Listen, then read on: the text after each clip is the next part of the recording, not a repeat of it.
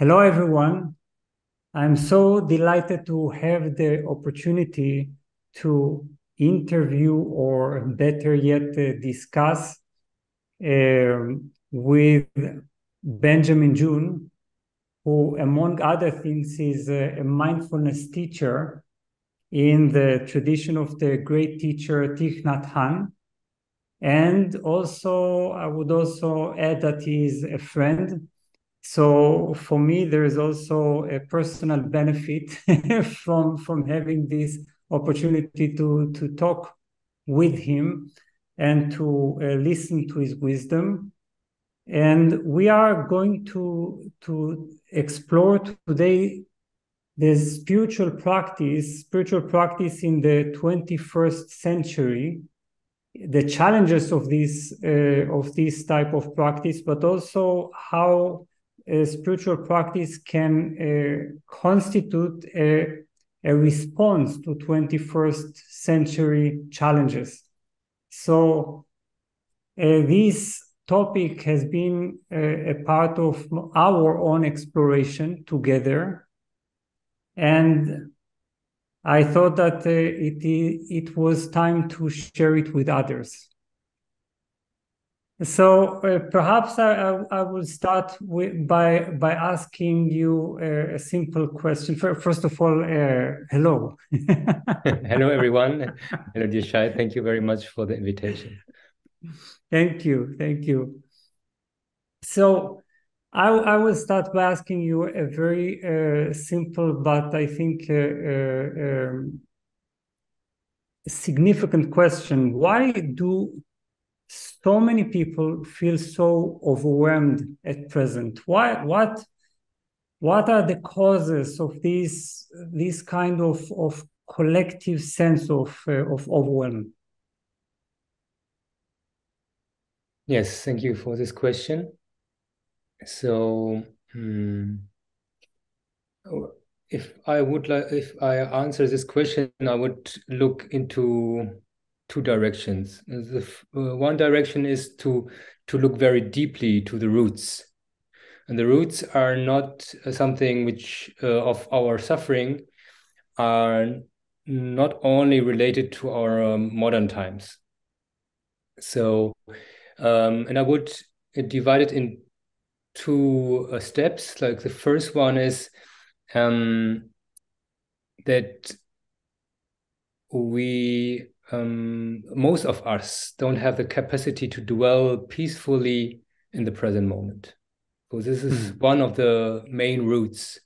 For example, we do one thing like washing the dishes, but we already think about the next step. We are worrying of the time. I have no time to wash the dishes. I have to do so many other tasks.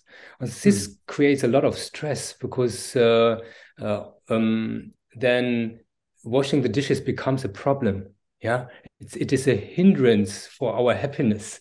We are happy when we finished this dishwashing. But if we are dwelling peacefully with the dishwashing, we are already happy and at peace. And then we can do this wholeheartedly, like with all our presence, joy, and love. And then we, after washing the dishes, we can do the next step and do it also wholeheartedly. So this is something what we really, most of us have to practice much more, and not only in the modern times. This is problem that human beings have since they have a mind, which is planning and is worrying. Yeah. So this is one thing. Our mind is in the past or in the future and not in the present moment, and this creates amazing stress and problems. And the second thing is that we are suffering because of wrong views, and this is also related to our mind. So, so we have many wrong views, and also to keep it very simple, one main wrong view is that we have a separate self. So, and this creates also many problems This makes us egoistic and feel lonely and also overwhelmed that we are alone facing all the challenges. Yes. And this is one thing. And one also other wrong views is our response to the challenges are mainly wrong. So we believe that we can solve our problems with aggression, consumption, new technologies, running away, ignorance, and so on. And all these wrong views will only lead to new problems. So if we understand these both are the main roots of our suffering, then we will understand much better why we are there where we are, because now we are facing the fruits, Yes. of all of this behavior and this wrong views and this wrong actions, which are based on this wrong understanding, and also the missing capacity to be with what is.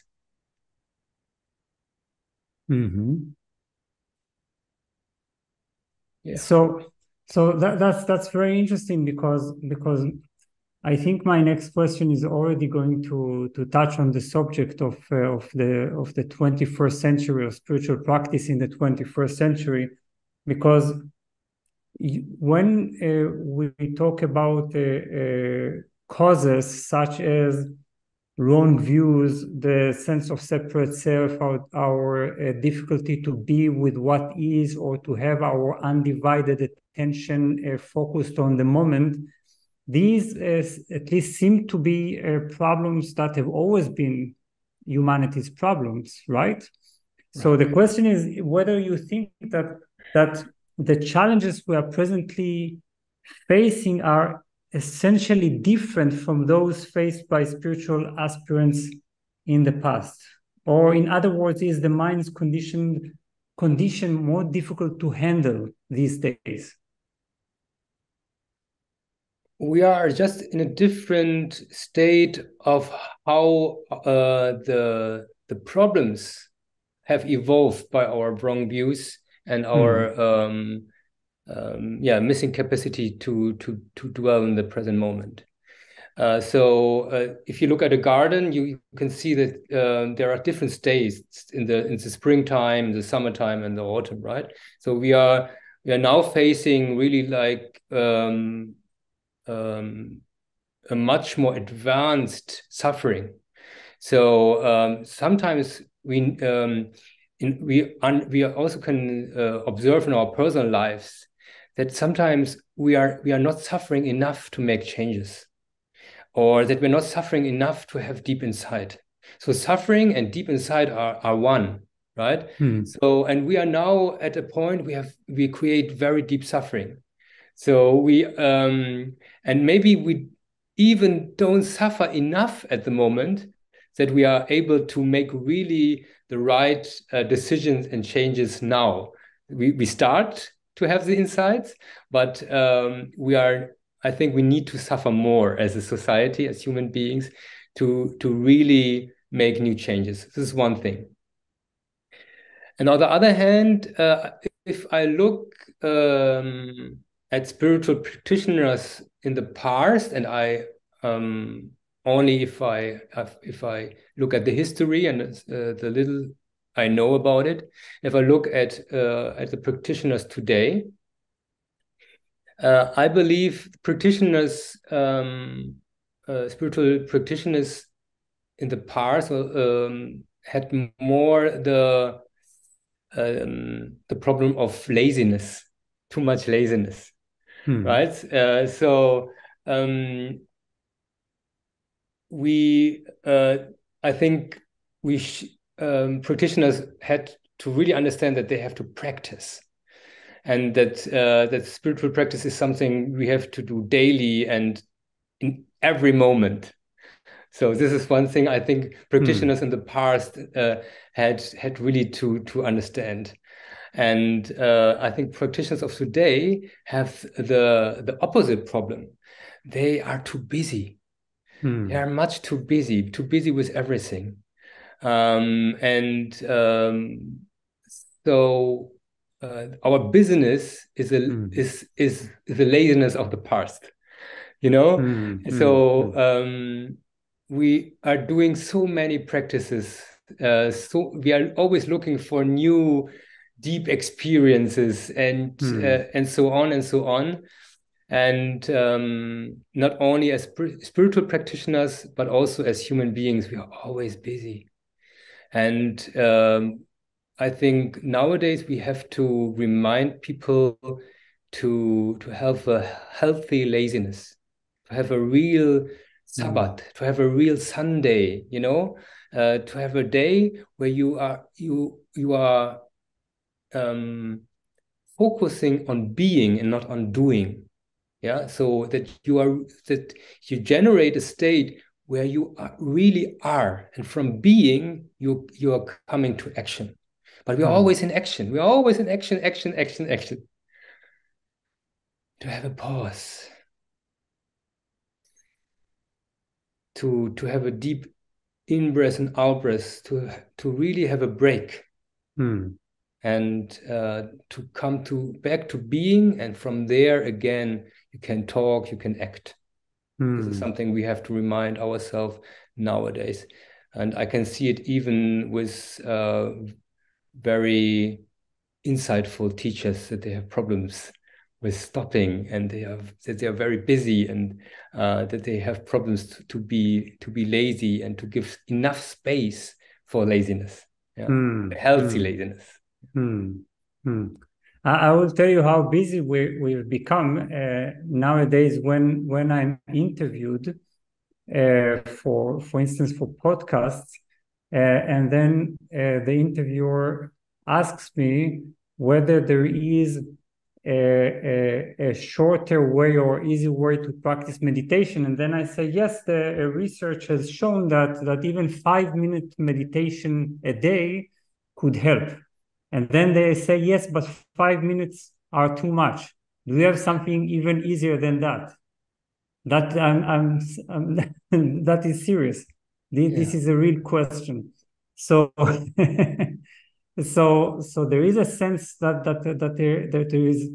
there is never time for any kind of profound delving into the meditative perspective. Yeah. This is a very good example that the business is connected to the laziness. Our business, you know, is laziness. We are not. We don't want to practice. You know, we want to make our practice so efficient that we can do other things, you know, at the same time, maybe. So, but at the end, it is still laziness. And only in a laziness in the mirror. Yeah, that's a brilliant insight. So, do you think that beyond, of course, we will not go into the different causes that have brought about this situation, this predicament, that we feel that we never have the time.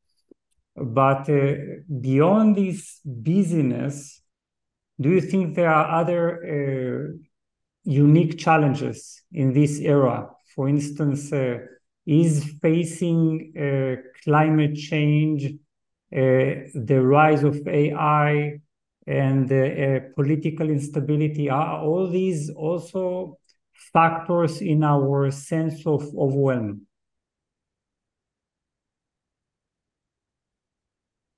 I don't think that we should too much look at the surface. It is very important also to look at it, but we are already doing it enough. So we are very much looking at the surface. Like if you are sick, you go to the doctor, and he's only looking at the symptoms, and he will give you like technologies or creams, you know, for your skin, because you have some problems on the skin. So I think this we do enough, and we are very good in how to handle our symptoms. But I think what helps us, and it's a good news because it is much more efficient, is to look at the deep roots of our suffering and what is causing all these problems in our body and mind, and what is causing all the problems that we see, the war and the many refugees and the problems with the resources and the climate change. If you look at all these things, it is totally overwhelming. And if you look at the deep root of all this suffering, then you will understand, this is something I can understand. This is something I can practice. I can live a more simple life. I can live a more mindful life. I can create more love towards myself, my body, and to my beloved people and beings around me. This is something I can understand. And if this is a solution, I don't have to worry about all the other things. At the end, it is coming back to a simple life. If you are able to dwell peacefully and happily in the present moment, we don't need so much consumption. We don't need to own so many things. And we don't need to become more busy and more successful. So at the end, it is come back to the present moment, enjoy where you are, what you have. And this is very simple, and this is something we can all experience. If we do it for a short retreat, people will experience. And if once they touch love again, once they touch true happiness again, they don't want to leave this kind of love again. Yeah, so this is very important. It is so much more simple if you are not only looking at the surface. I see. Now, as a teacher, how do you face this problem of laziness disguised as busyness among your students? Because obviously, as a teacher, you wish to encourage students, to encourage practitioners to practice. But then, obviously, this is one of the hindrances, this sense that there is no time, but also behind it, you're saying there is this kind of laziness, not wanting to invest time in practice, right? Because we do have time for many other things. So how do you face this? Is there a way for you to to persuade students to practice? First of all, I have to focus on myself and my own practice. So I have to become a true embodiment of what I teach. And if I look at my teacher, Thich Nhat Hanh, for example, he's a deep embodiment of his teachings, his whole life. And this is so inspiring, just being with him or being with his practice, which is him. Yes, is bringing so much hope and so much joy, and therefore this is the most important thing. I have to become a true embodiment of my own teachings. And from there, for example, if I talk about clarity and peace, and I'm coming there very confused and very angry, and I want, people, you have to practice. I don't know how, but you have to practice. Yeah. So this is not so inspiring, right? Maybe I'm a very good talker, but people will find out I'm not happy, and I'm not living my own teachings. So this is the first thing, is becoming a true embodiment of the teachings. This is much more important. And this is difficult enough. So this is my main focus. And I don't focus so much how I can encourage other people. But if I practice well enough, and from there, when people are with me, when they meet me, and they will say, "Oh, with Benjamin, it is very nice to be with him, and to be with him at the retreat, to be with him in the meditation room, and not only with him, also with his longtime practitioners." It is a very special, loving energy, so compassionate, so authentic, so kind, and so peaceful, to be with all these long-term practitioners. And then we will see maybe this practice is right. It's a good practice. And then this will encourage people, other people to practice, because they can see that this kind of practice and teachings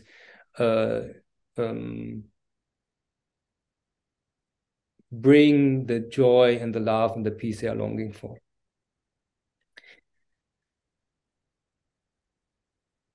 And on the other hand, we have to be patient. I believe sometimes my students have to suffer, and I should not take the suffering from them. If they are not practicing regularly, then they will suffer, and they will create more and more suffering until they have enough suffering to come back to the practice. So this is something I cannot take away from them. Suffering and insight and practice are one. So I have to be patient and to understand. Yes, they are free. I cannot. I have not the responsibility for their insights.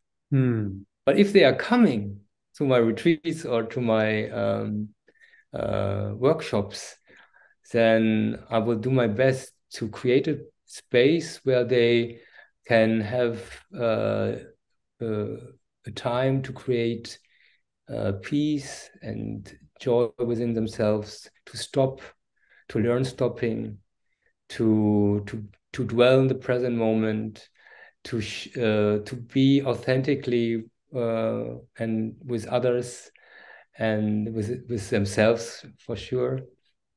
And yeah, so this I can offer when they are visiting my Yes, that's beautiful. Now I would like to ask you a broader question, and perhaps in a slightly different direction, because I presented you at the beginning as a teacher in the tradition of, right? So this places you in a certain context, but as you told me, you also have a broader interest or a certain openness to many other traditions and teachings. Now, the interesting question, what intrigues me, is whether the approaches of classical traditions, for instance, Buddhism, whether these are sufficient for the present challenges. Do we require some additional or updated views and practices? Or can we simply copy paste the Buddha's teachings from 2,500 years ago into our present society, and this will work just the same? It's a very good question, and I think many people have different views on this topic. Also the Buddhists. This is why we have different lineages. There are traditionalists who believe we don't need to update. And then, for example, our lineage, especially of Thich Nhat Hanh, is a very updated version. Very updated. So I would say all views and all concepts are partially wrong, including the Buddhist. You have to understand that the concepts are still very limited.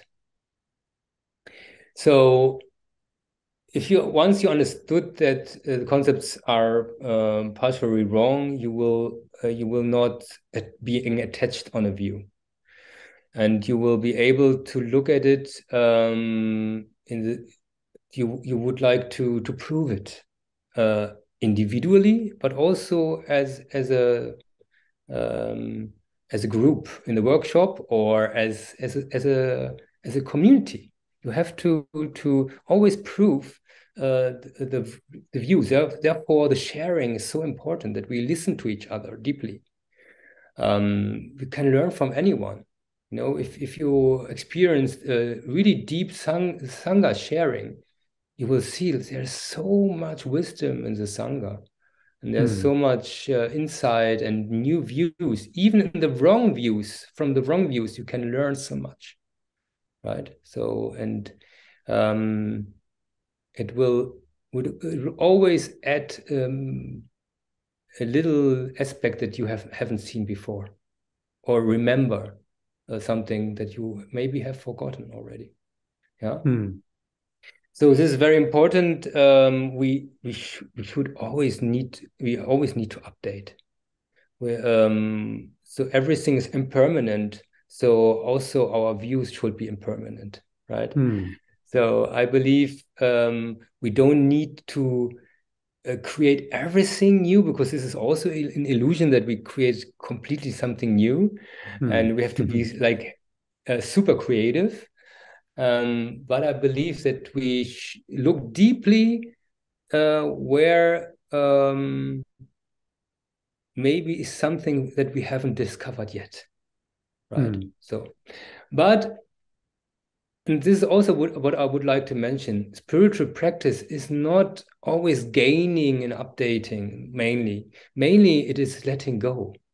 So some people want always more and more insights, deeper spiritual experiences, and so on and so on. This can become a very grasping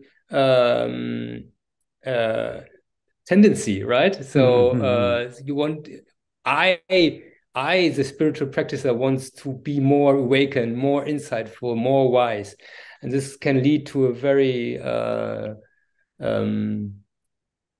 difficult place of consciousness. So therefore, we should remember that spiritual practice is mainly in the deep nature. It's letting go of wrong views, right? And letting go of the past and the future. So, and therefore, I believe, yeah, we should focus more on not what we can gain more in the spiritual journey. We should more focus on what can we let go. Yes, I understand. So when you are bridging past in the sense of tradition and present in the sense of modern society, in what way do you feel that we need to receive a different message, or is there no different message? Is it all about simply undoing all messages or undoing all teachings? I'm sorry, I did not understand that question. Could you repeat that? Yes, when you're transmitting the teachings, are they, in what way do you feel that you do need to revise them or to update them? Is there something that we need to hear that somebody 2,500 years ago didn't need to hear? It's a very good question. I would say yes and no. Okay. On a more, if I look at something like, beyond time, I would say no. Like this is still we are on the same spiritual path. There's no change. So if you look at not on the absolute level, you look more, on the surface where time exists. I would say yes. So I believe that the main teachings today should be about love, happiness, and liberation. And we have very wrong concepts of love, very wrong concepts. We say we love a steak, we love a hamburger, for example, yeah. So and this shows how we culturally are misusing the word love. So how can you love a steak, when it's causing harm and suffering to sentient beings?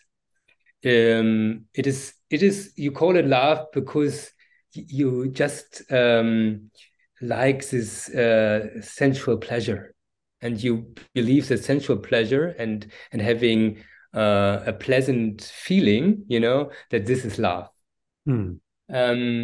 So we have to remember, people, what true love is. This is something I believe this is one of the main things I would like to teach people, and this is it is connected to the four immeasurable states of our mind. Just briefly, it is our benevolence, it is our compassion, it is our deep joy, and it's our peace or freedom. Yeah. So this is something we can experience in deep meditation. This is one thing. This is our true nature. It's this deep state. Many practitioners will never reach that state for many reasons, because our mind's so busy. We have too many. There's too much movement in our mind. We will not come to this state. This is something also what I would say, like practitioners of today have that problem. It's it is for many people it's not possible to have pasana for 20 days. Like this was very normal for spiritual practitioners only 50 years ago, right? And nowadays people have problems to do vipassana for 10 days. They have problems to do vipassana for 1 hour. And as you said, for 5 minutes, so they will not come. Many people will never touch the state, but this is not necessary. I will say, don't grasp for it. Don't be sad that you will not touch the state, because this will create much more suffering and more confusion. You can really try to become an embodiment of these 4 states. If you are acting benevolent, if you are cultivating your compassion and your understanding, compassion is made of understanding, and if you are creating joy with yourself and bring joy to other people, if you create peace within yourself and you are living non-discriminative, or you practice non-discrimination, then you already become an embodiment of it. And therefore, this is also a path to liberation. And this is the second thing which is so important, is not only love, we need to liberate ourselves. And love is the kind of energy which will lead to liberation. And once we are liberated, we will be truly happy. This is why I say these 3 things come together. They're one: love, liberation, and happiness. And this is something I would say, this should be the main teaching of the 21st century. To remember, not what is, to remember people. This is very important. It's a remembrance. People already know deeply. And they will remember, and when they have this deep joy and they feel less suffering, they already, the body and the mind is remembering, yes, this is love, this is liberation, this is true happiness. Yes. So, and what is love? I try to explain very briefly. So I would explain, there's on the one hand, people say there should be no concept about love, right? Like love is Yes. something beyond concept. So the absolute truth, I would say, that's correct. Love is mainly our true nature, and our true nature is something like God. We cannot describe, we cannot make a picture of it, should not make a concept of it. So this is the absolute truth of love. But also there's a truth about love, what I explained with the four emergent states of the mind, something we can expand and expand and expand. It's immeasurable. It's something when you divide it, it becomes more, not less. Yeah, it's not like a cake. If you divide love, it becomes more. If you divide peace, it becomes more. If you share joy, it becomes more. And if you share your compassion, there will be more compassion in the world. So this is why it's immeasurable. You can always share it, and it becomes more and more. This is something we have to do, and this is something how we can really practice and embody something what is on the other hand something you cannot bring into a concept. I hope I was I could explain it well enough. Well, I could feel it while you were talking. Yes. Yeah. So At the second, yes. maybe sorry, Yes, because my English is. I hope the listeners or the viewers have compassion with me. My English is very limited, so sometimes I'm not finding the word. So the absolute truth of love is there is no concept of it. The other one is a relative truth, right? So there is something we can bring love into a concept. Yes. Now, I would like to bring up one more term related to spiritual practice in the 21st century, and that is resilience. Many people speak nowadays about the need for resilience. So, what does being resilient mean to you? And of course, my next question will be, and how can we cultivate resilience? But first of all, what does being resilient mean to you? Okay, this is very much related to all the other topics that we were talking about.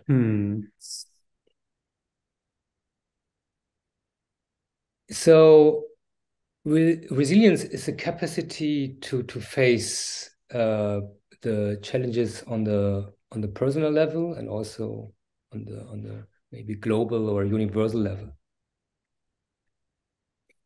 And first of all, to become resilient, again, we need to be able to come back to the present moment. We should not worry too much about the future and what will happen to us in the future. So this will create many problems. Then also it is related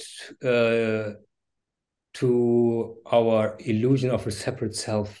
And also this illusion of separate self is causing our discriminated thinking, and this discriminated thinking leads to complexes. So we can feel too small to solve all the problems. Someone who has complexes can feel too small to face all these things. Also the opposite. You can think you can solve all the problems, and you are, you can, nothing will ever become a problem for you. So this is also complex, right? So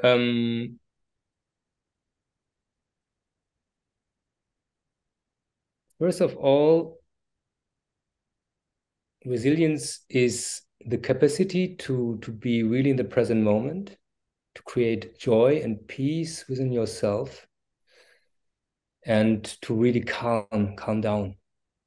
And from this peace and joy, you just have an in-breath and the out-breath. And this concentration on the in-breath and out-breath will bring you to the present moment. And then you focus that the in-breath and the out-breath goes to this center, 2 centimeters below your belly button. And then you will already bring the attention down to the center of your body. And now mind and body are already connected. And then you start to gently smile, like a Buddha smile or a Mona Lisa smile. It's a very, very hidden smile. You don't need much energy for it. And this will relax your whole body, and it will create more joy and peace in your body and mind. And this very simple practice is already enough, as you said, for 5 minutes to create more stability, to become more grounded. And maybe you even work also with this in the next state. You feel the groundedness, the stability. You feel more calm and at ease. And then you will understand that dwelling in the present moment is a joyful experience. And from there, from the state of peace and joy, you are already more resilient towards your anger, towards your sadness, to your anxiety, and all the problems that you have. Right? So the first thing is you need to come back to a state of being, being peace to bring peace in the world, being joy to bring happiness in the world, to be love to bring love into the world. And this is the first practice of resilience. And when you are able to bring this up, I talked about love and the four emergent states, and one is very, very important. It's equanimity, and equanimity is not disconnected from the other states. But this is something, as I said, when we bring this calmness and this peace and this joy into our body, then there will be more stability, and then there will be more groundedness, and there will be also more equanimity. And very important is equanimity is not indifference. We are not like, oh, I feel so at peace and joyful on the meditation mat. I don't care about the world problems. No, that's why it is also connected to compassion and understanding. We need an applied spirituality, right? To solve our problems. From creating this space, we are able to act lovingly and wise and joyful and so on. So this is something I believe brings resilience. But first of all, I would encourage people to create more equanimity and look also from something from the equanimity within you at this at the problem, at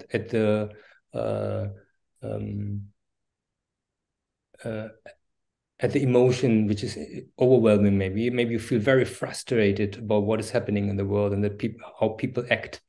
And then you look from the equanimity and with a little smile at it, and you're already more liberated, and you're not getting frustrated, small, and being. Yes. You can see that being angry is creating a new problem and does not solve problems.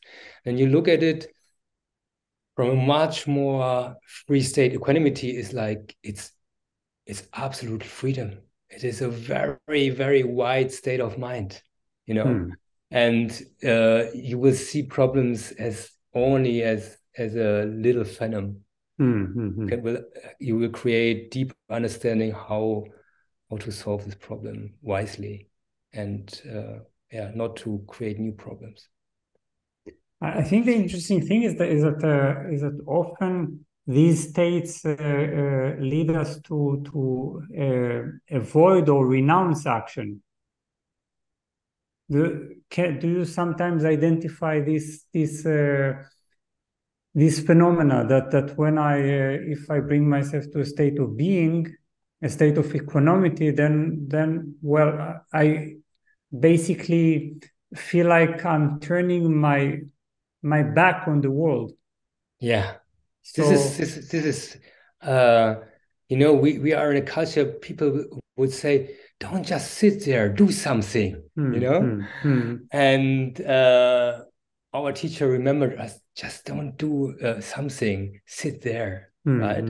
So, but it is not that we only sit there. He also said a practitioner who only sits is not a good practitioner.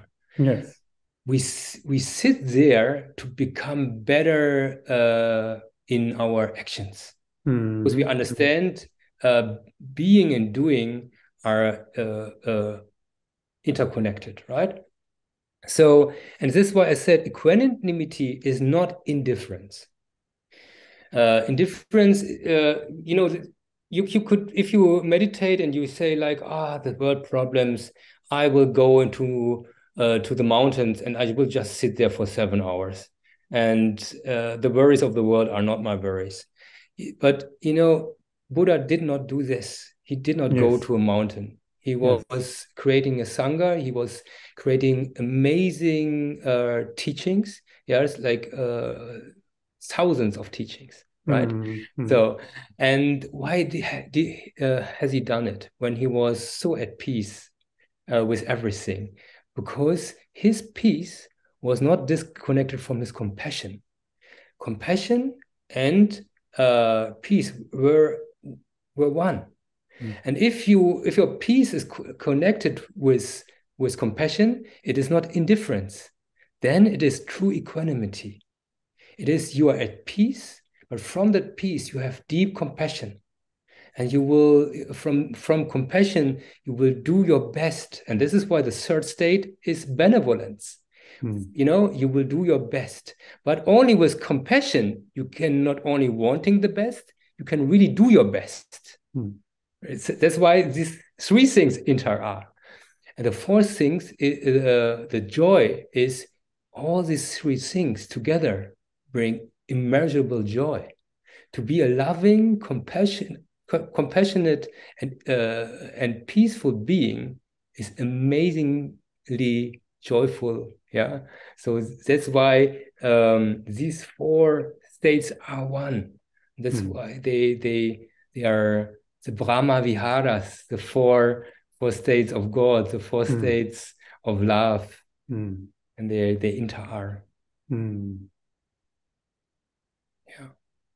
So you mentioned the term Sangha more than once, and this will be my last question. Although of course I could ask you several other questions, but my last question is: I've heard you speak often about the significance of cultivating a Sangha, a community. Is that especially important in this age? Is it eternally relevant? Why is there a need nowadays for the creation of Sangha?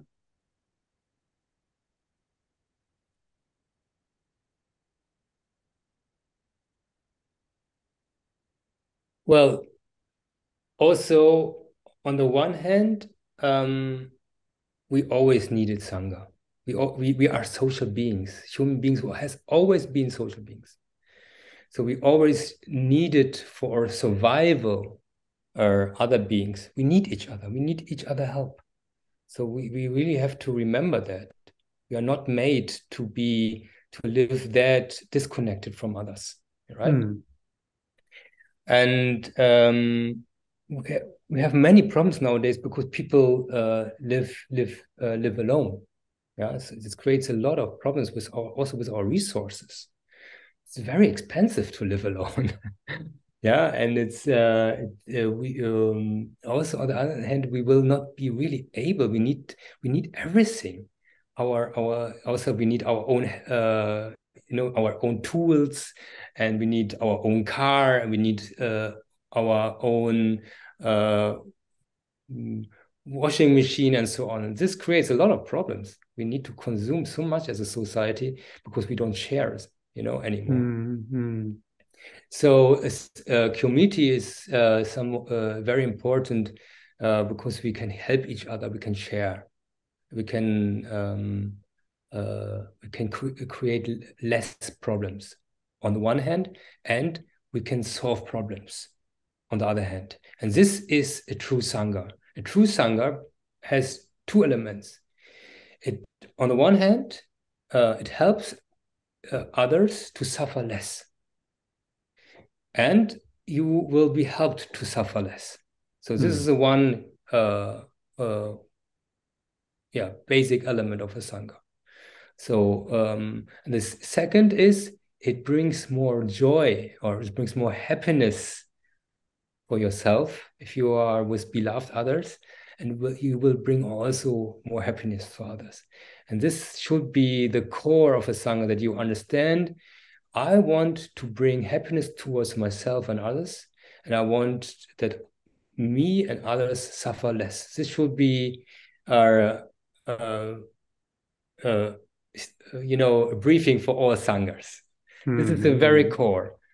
So, and if people really live this and they vow to live like this, then there will be harmony in Sangha. And this is very important. So first thing is, what we all have to learn is how to bring this harmony to ourselves. Like how can I do something to bring more happiness within me? And what can I do or let go, to suffer less? The first thing. So I start with myself, and this is should be easier than trying to change the whole world and to save the whole world. This is overwhelming. People want always to change others, and this can become really an act of aggression, right? So, and first thing is, how can I become a Sangha within myself? And listen to myself very well. And I have a Sangha within me. There's a whole body, and there are many bodies that we have. And first of all, take care of the Sangha within you. This is the first thing. For example, you share a practice which I really appreciate about to listen to the chakras. And this is a very beautiful Sangha within you. They live with you your whole life, maybe even longer. And they are so, they're so benevolent. They want the best for you. And they're also suffering sometimes. And if you listen to them and take care of all your chakras, and you're like, oh, I want you to be happy, and I want you to suffer less, dear solar plexus chakra, this will be very beautiful for your solar plexus chakra when you talk like this. I know you are there, and I want you to be happy. I know that you suffer, and I'm here for you. This will be very beautiful. And on the other hand, the solar plexus will be there for you, will understand, I know that you're suffering. I'm here for you, and I know you are there, and I'm very happy. So to create this within yourself and your own chakra system could be a very nice first step. Second step is, because you already are peaceful and happy enough, you are able to go into healthy relationships. And from there, you can become a part of a harmonious Sangha. And this is not disconnected. This can come together. A Sangha can help you to become happy enough and peaceful enough. Yeah? And it's great to have a community which has really and this can be volleyball players, yeah, volleyball club, a hockey club, or people who bake bread together. But the essence should be, I want you to be happy. I want myself to be happy. I want you to suffer less. I want that I suffer less. So this is already a Sangha. If you are like minimum 5 people, I would say, and you practice minimum every week together, then you are already a Sangha practitioners of love and practitioners of understanding, practitioners of liberation, and practitioners of true happiness.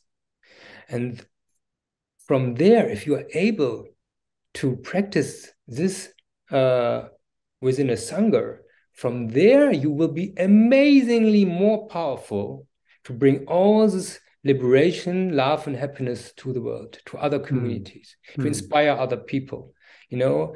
And this is why I believe start with yourself, then also be a part of a loving Sangha, and then become not disconnected from other Sanghas. Also be aware it's not only, it's not a egoistic practice, you know. It is it is there to serve others. You bring the love and the harmony and the practice in the Sangha to be able to serve all beings. But where to start? When you want to have peace in the world and you are worrying about the state in the world, you need to start somewhere. And the easiest way is to start within yourself and in the Sangha. From there, if you, as I said, experience love in the Sangha, you will never leave love again.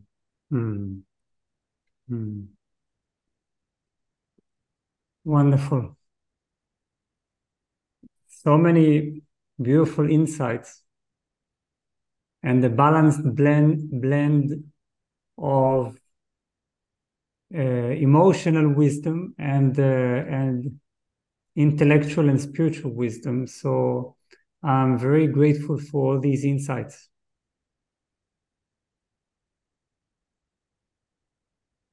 Thank you for the interview, and yeah, you know how much I appreciate you and also your teachings. And yeah, I feel very grateful that you take the time to interview me, and that I'm able to share my views. Yeah. Thank you.